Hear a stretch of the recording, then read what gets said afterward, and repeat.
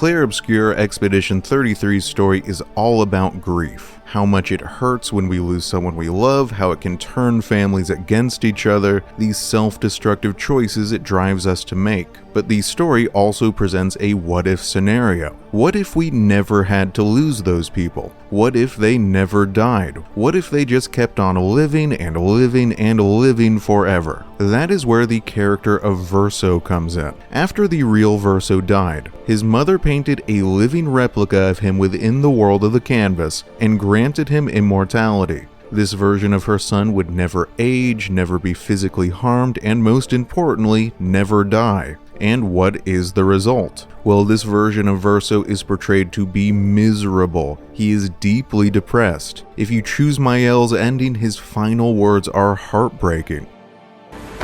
Please, listen to me. Only you can do this. You can do this, please. Unpaint me. Unpaint me. So...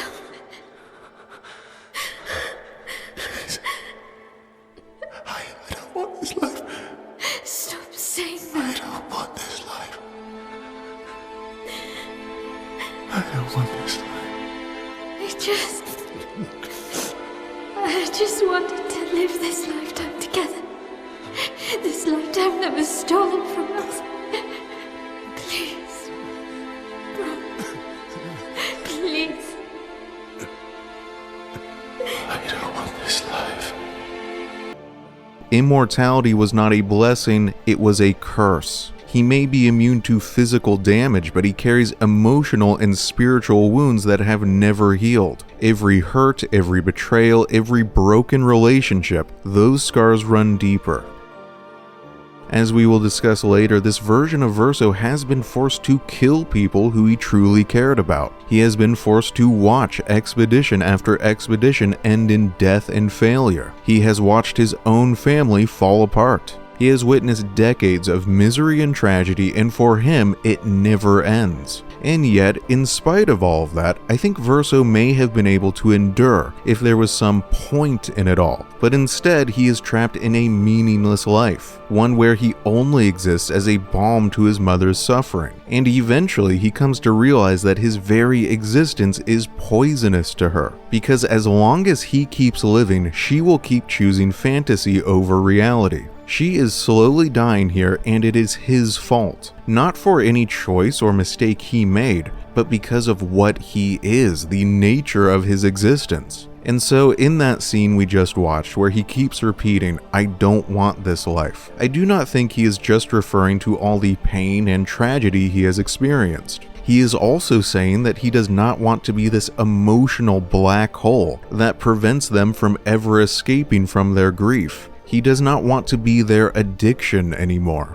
After finally forcing his mother out of the canvas, he does keep fighting alongside Mael, at least for a time. And I think he does that because, at first, she frames her fight as being not for herself, but for the sake of the people of the canvas, for Lune and Ciel. And I think Verso genuinely does care for Lune and Ciel and the other residents of Lumiere. I think he does want them to get their happy ending. For a little while, he may have thought that it was possible, that they could find some perfect middle ground. Save the people of the canvas while keeping it hidden from Aline. Let them live, but still cut her off from the source of her addiction. But then we reach the final confrontation, and all of a sudden, Mael's language changes. She reveals her true motivation. After the fire, you wanted me to find new joy in life. And I tried. But I couldn't. Verso died because of me. How do I get from that to joy?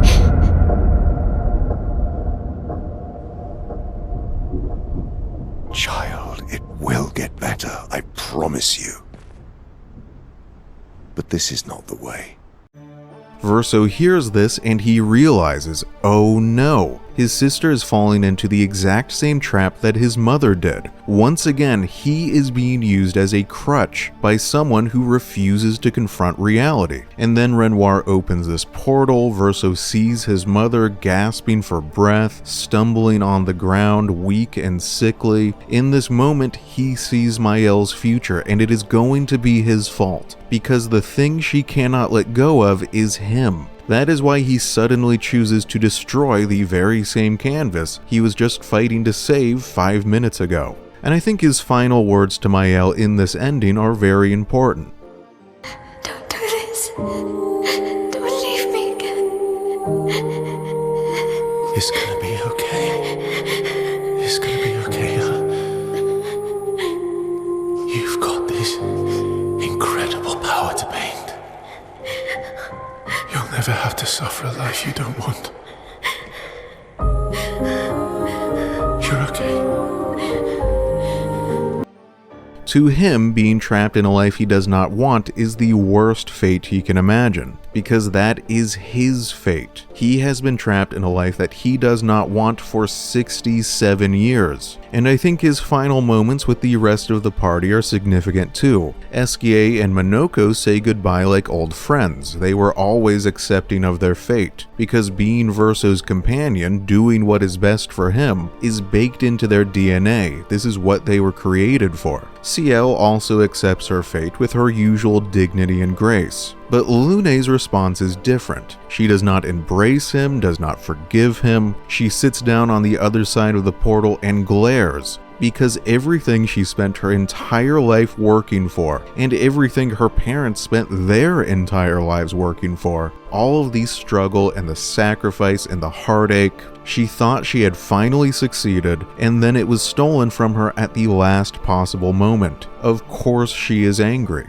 And there has been a lot of question about whether these characters are real or fake, and how that applies to the decision to erase them. But that discussion does not matter here. What matters is that to Verso, from his perspective, they are real. He acknowledges their humanity and the validity of their feelings over and over again. In this journal, he even says that they do deserve to live. The point is that he is willing to sacrifice people he cares about, people who are real to him, even if they're not real to us, to do what he believes is right. It is about how far someone is willing to go to save their family, even if that means the total annihilation of the only world they have ever known. And this is not the first time Verso has been forced to make that kind of cruel choice. So now let's talk about 2 journals in the game that reveal a great deal about the journey his character has been through. The first is titled Julie and was written by a member of a very early expedition, from back before they were even called expeditions.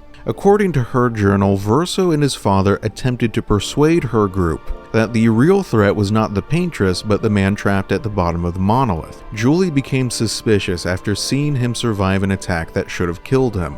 Believing that he may have been a traitor, she decided to ambush and interrogate him. The next journal, titled Verso, reveals what happened next. I am going to play this journal in its entirety. I know it is super long, so if you want, you can just skip ahead like 2 minutes if you don't want to listen to the whole thing, but I recommend that you do listen because it is very important to understanding his character. Okay, here it is. I miss you. I don't have the right to miss you, but I do. I wish I could talk to you. Tell you. I don't know what I would tell you. Just ask that you forgive me.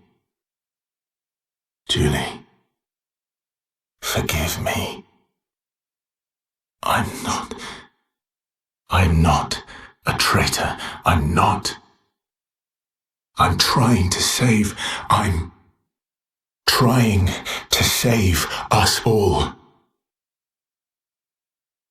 But you're right. I am a coward. I'm a f***ing coward. You deserved to know why, but I couldn't. I couldn't face you properly. Not, and still do, what had to be done. Papa believes you're Clair's creation, and even if you're not, we can no longer trust you. But I think you just wanted answers. Why? Why couldn't you just let it go? Why did you convince them to abduct me, interrogate me? No, I shouldn't say that. You thought I was a traitor. You were doing what you thought was right, just like we are. I swear to you, I'm doing what's right. I should have known when you started questioning things that you wouldn't be fooled. But how could I even explain? You'd have thought I'd gone mad. Doppelgangers. Canvas worlds. Man. But Papa's right. We can't take the risk. Too much is at stake. It had to be done. It had to. Clair already took our sister. If we want to save our family, our world, our people, we can't take any chances. And once we free Mama, she'll bring you back. It won't be forever. I promise.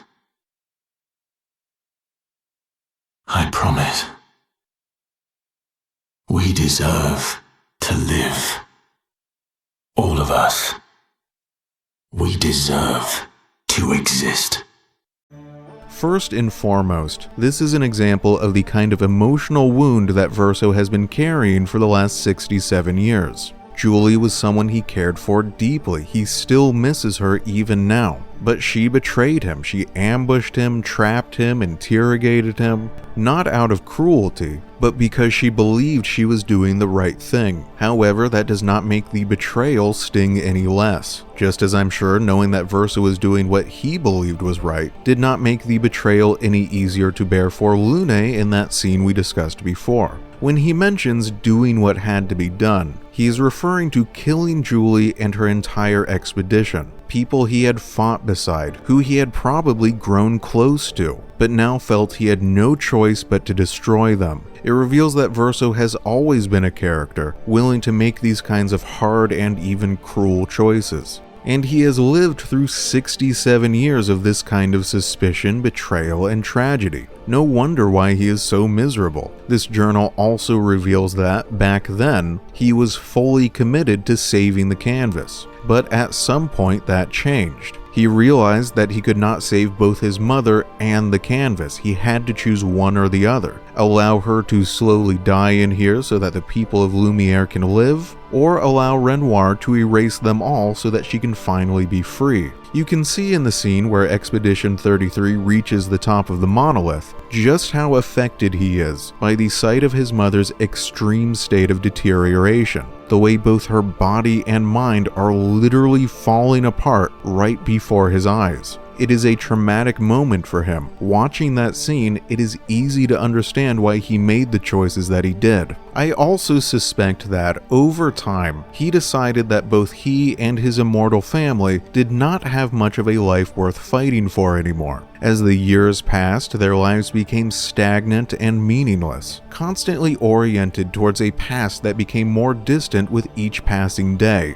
a past that was never going to be restored. Time could not be rewound back to 67 years ago. The life they had in the canvas before the fracture was already gone forever, even if the painted version of Renoir refused to accept that. And even if the canvas could be repainted, what would be the point of their lives here? To just keep playing make-believe forever and ever? As crazy as it might sound, maybe by killing them, he is actually saving them from a fate worse than death. And I think there is an element of suicidal ideation in his character too. As he states very clearly in that scene we watched earlier, he wants to die. But since his mother made him immortal, the only way he can die is by forcing her out and allowing Renoir to erase everything, including himself. That is the only way he can ever find peace. Just like everyone else, his motivations are messy and complicated. Finally, I think his experience with Julie's expedition is also meant to explain his behavior around the members of Expedition 33.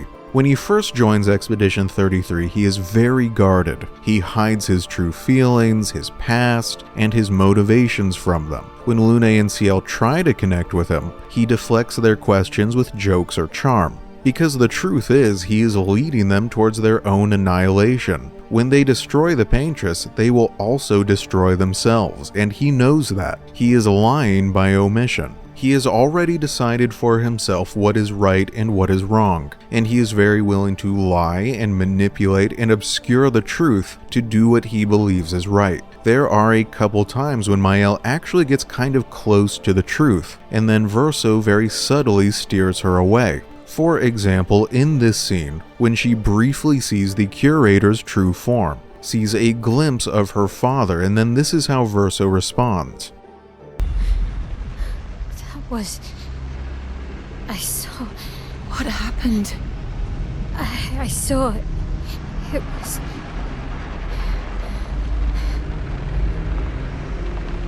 Renoir. I used to see him in my nightmares too. It can be quite traumatizing.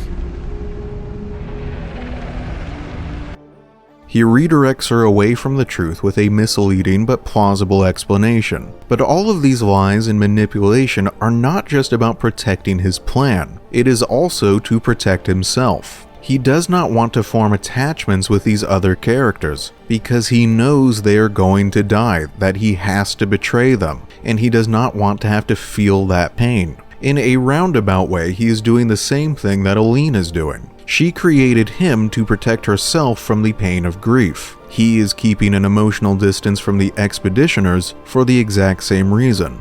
But that emotional distance does not last for long. He cannot help but grow close to them, to care about them and their struggles, and slowly reveal more and more of his true self. This demonstrates that, deep down inside, Verso is a good-natured, empathetic character who really does care about what happens to those around him. He can try to suppress that part of himself, but given enough time, it will always resurface. You can see it perhaps most clearly in his conversations with Miel. For example, when he tries to help her process her grief following Gustave's death, or when he shows her how to repaint Ciel and Lune, even though he probably does not believe that is the right thing to do.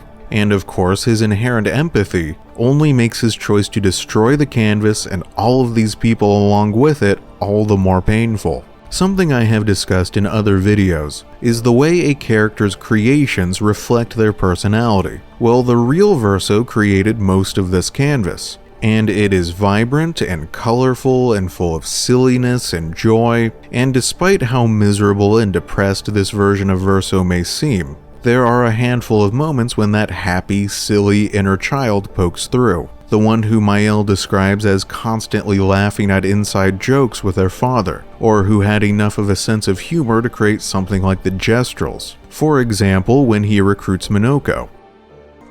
There will be a lot of fighting, though. Oh yeah, that's true. Yeah, it's true. There will be a lot of fighting. Exactly. Count me in then. Good. Good. Good. Good. Yes, good. Or when he cuts himself in half to cheer up the rest of the expedition. Hi. I'm a pair of legs that can talk. Verso? We're both Verso. You are so ridiculous. All that pain just to put a smile on their faces. Verso, aren't you getting too attached? In these moments, you can catch glimpses of who Verso once was, before that long lifetime of scars. Okay, so in my previous videos, I included full summaries of each character's story, tracking their journey from beginning to end, examined every single one of their appearances to understand them as clearly as possible. However, Verso shows up in nearly every single scene of the game, and he has like 10,000 lines of dialogue. So this video would have to be really, really long if I want to do that with him too. I mean, Clair only shows up on screen for like a total of 10 minutes, and I squeezed a 40-minute video out of that. Just imagine what I could do with Verso if I was feeling really long-winded and rambling right now.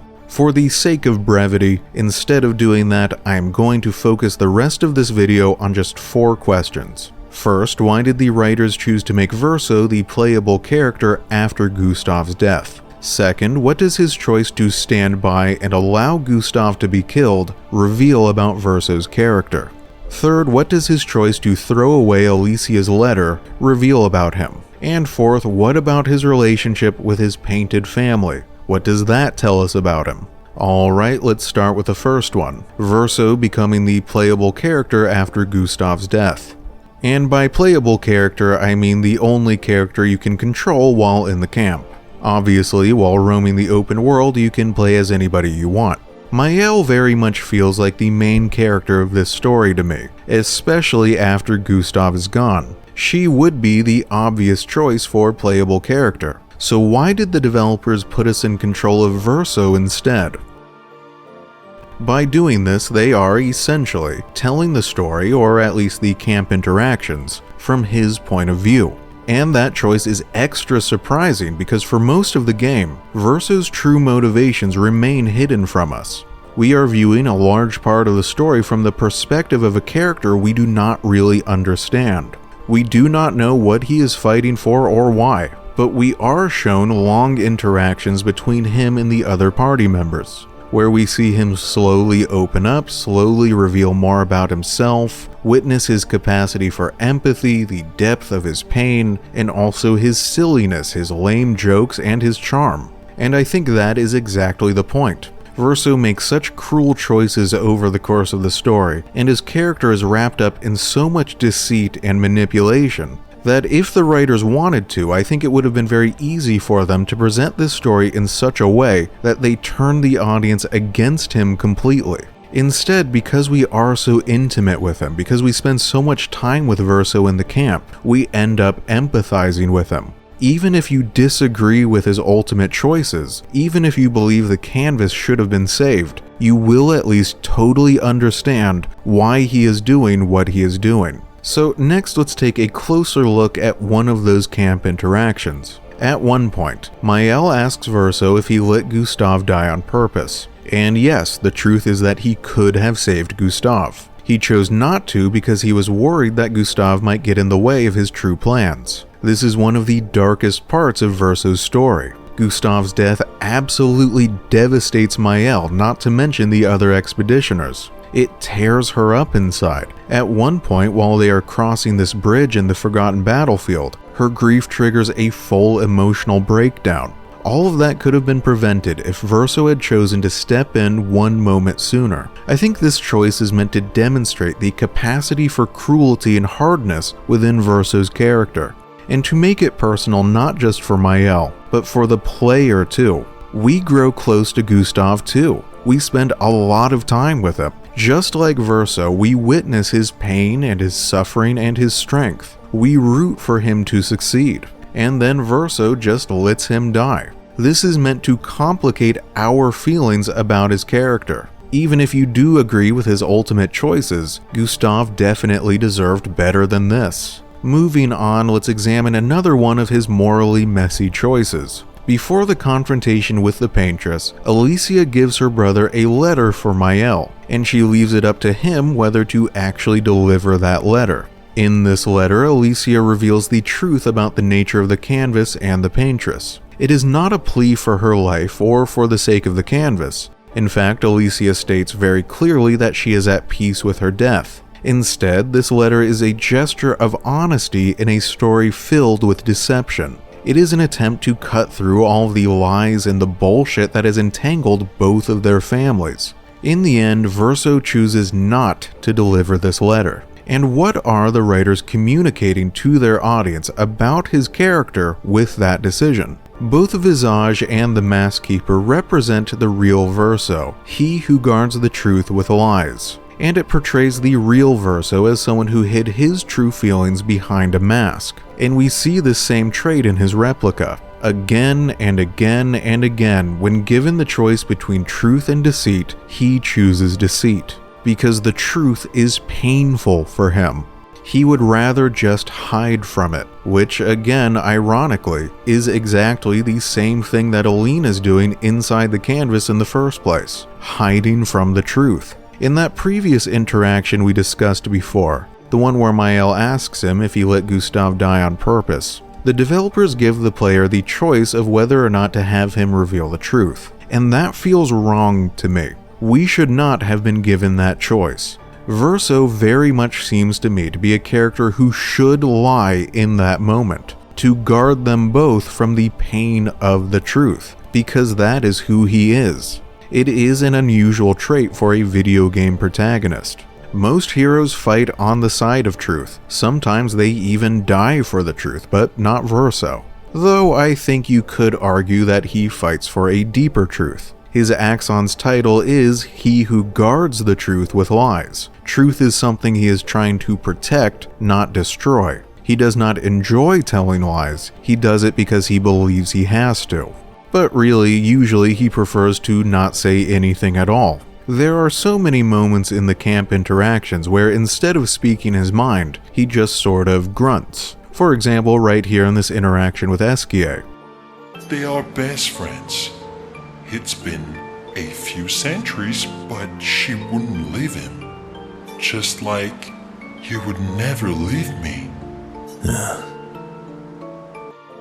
And there are a lot of other scenes where something really dramatic is happening on screen, and all of the other characters are reacting and asking questions, and then the camera will cut over to Verso and he just remains totally silent. He tends to keep his thoughts and emotions bottled up inside. You have to watch his facial expressions and his body language to know what he is really feeling. It is interesting to compare his behavior to that of Renoir. When he regains his human form, Renoir is extremely open about his feelings. He explains exactly what he is doing and why he is doing it. He delivers whole entire monologues on the subject. By contrast, even in his final scene, Verso only speaks a handful of short lines. He does not pontificate, he does not deliver a whole monologue explaining his motivations. I don't know if I actually have a point here, it is just an interesting difference. Renoir and Verso are both trying to accomplish the exact same thing,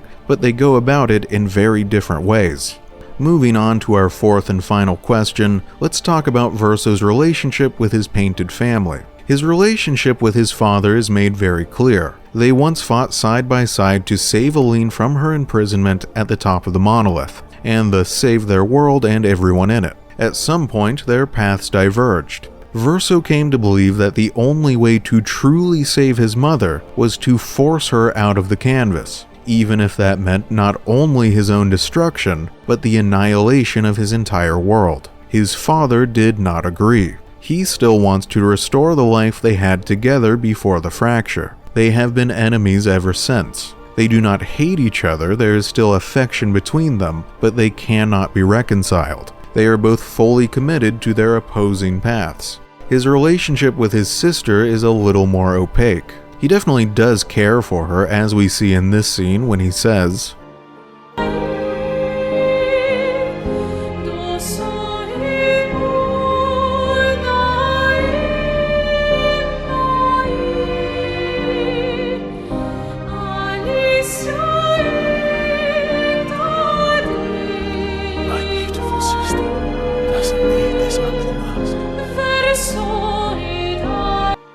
but his father is also correct when he says, You